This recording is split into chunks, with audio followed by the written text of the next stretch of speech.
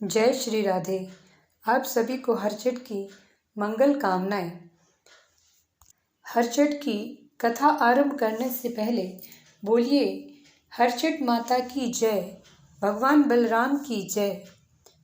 हरचट से जुड़ी एक कथा के अनुसार प्राचीन काल में एक ग्वालिन थी जिसका प्रसव काल निकट आ गया था।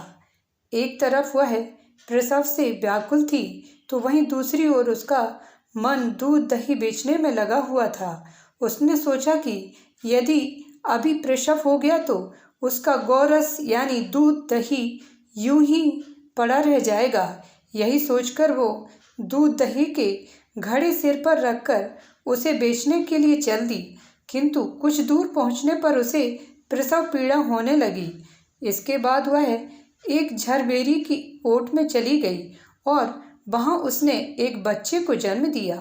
दूध दही बेचने के लालच में वह अपने बच्चे को वहीं छोड़कर पास के गांव में चली गई। संयोग से उस दिन हल षष्ठी पर्व था।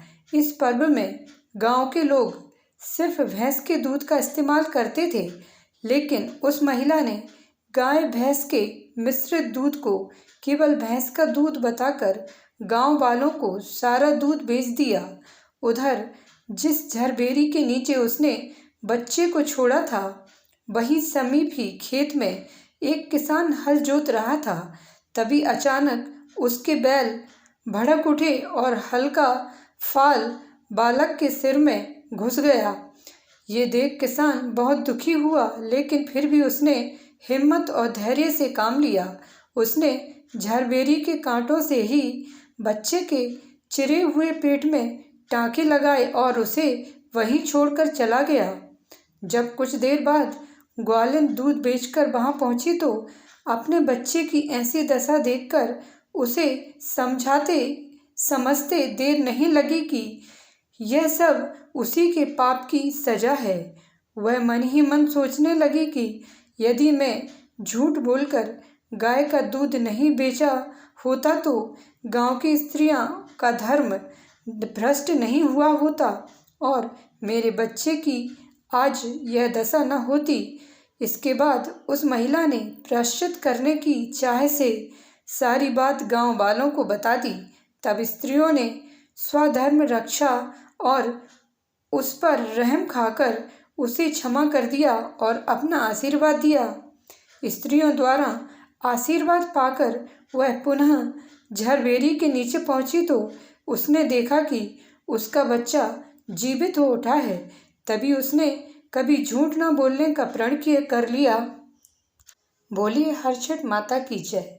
हरचट की एक और अन्य कथा सुनिए। एक राजा थे जिन्होंने जल के लिए सागर खुदवाया, घाट बनवाए, परंतु उसमें पानी ही नहीं आया। इससे राजा चिंतित हो गए और सोचने लगे कि अब क्या किया जाए। राजा ने गांव के पुरोहित को बुलाकर उपाय पूछा। पंडित ने कहा, राजा उपाय तो बड़ा कठिन है, लेकिन अगर ये उपाय किया जाता है तो उससे पानी अवश्य आ जाएगा। राजा ने कहा, आप उपाय बताएं, हम अवश्य करेंगे। तब पंडित ने राजा से कहा कि अगर तुम अपने बड़े लड़के या लड़की की बलि दे दो तो जल सागर में अवश्य भर जाएगा। ये सुनकर राजा और चिंतित हो गए। यह देखकर पंडित ने कहा, हे राजन, यदि तुम अपनी बहू को यह कहकर मायके भेज दो कि तुम्हारी माँ की हालत बहुत खराब है, उन्हें देखने के लिए तुम जाओ, तब यह उपाय किया जा सकता है। राजा ने ऐसा ही किया। ये सुनकर बहू बहुत दुखी हुई और सोचने लगी कि आज हरछठ के दिन यह कौन सी परेशानी आ गई है।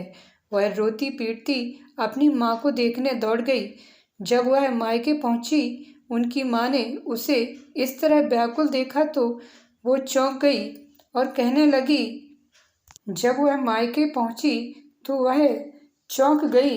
उनकी माँ ने उसे इस तरह व्याकुल देखा तो वह चौंक गई और कहने लगी, अरे हमरे का भा, हम तो ठीक हैं। आजू हलचट का दिन ख्यातन की मैड़ लरिकन की महतारी ना नागे का चही, ना ख्यात मजावे का चही, तुम भला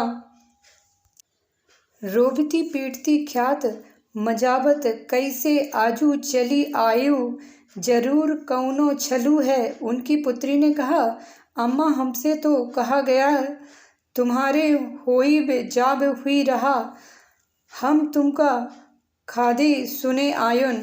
बहू की माँ ने कहा, बिटिया हम तो सुना है तुम्हारे ससुर सागर बनवा रहे हैं, वही बा पानी नहीं आवत, कौनों का बलि दीन जाई तो पानी आई।